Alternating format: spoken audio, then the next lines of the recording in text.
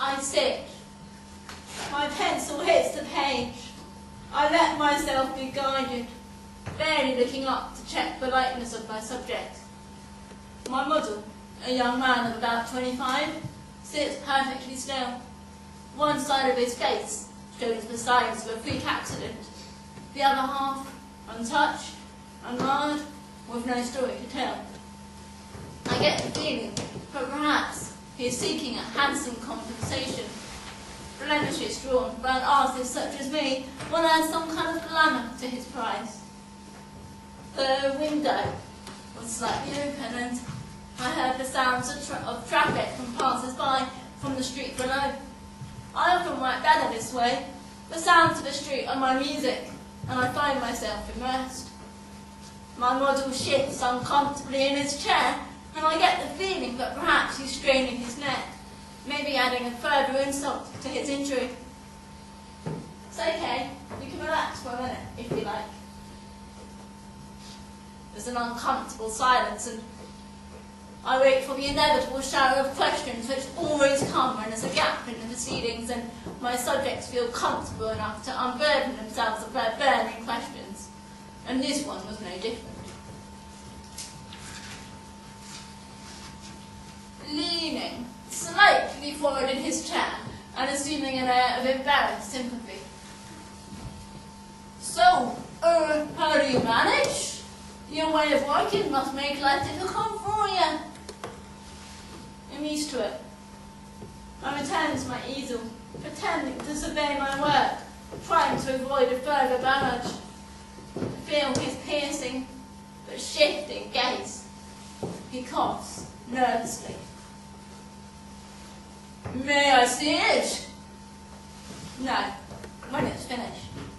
I always insist on completing the first sketch before allowing my subjects to view, lest they're trying to change or influence the image. Ignoring my request, he gets up and peers over my shoulder.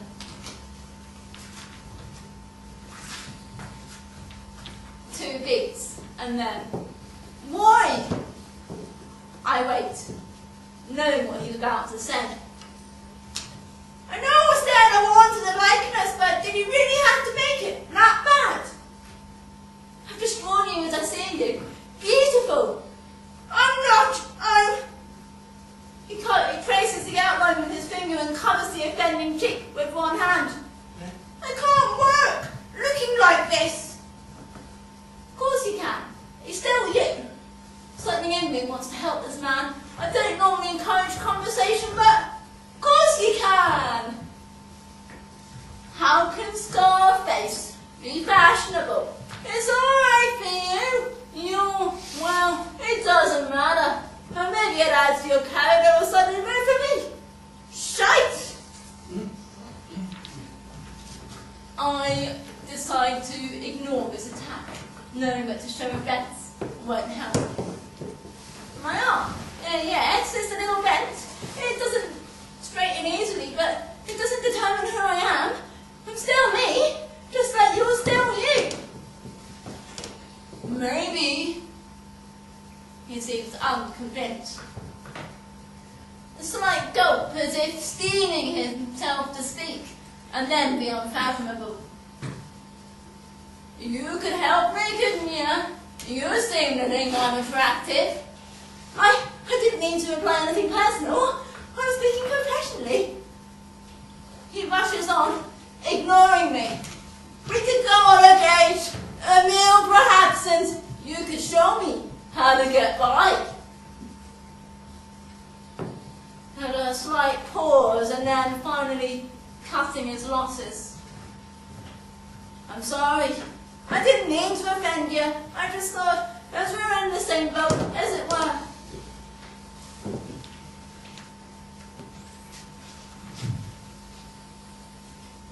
I raised my eyes to stare him out.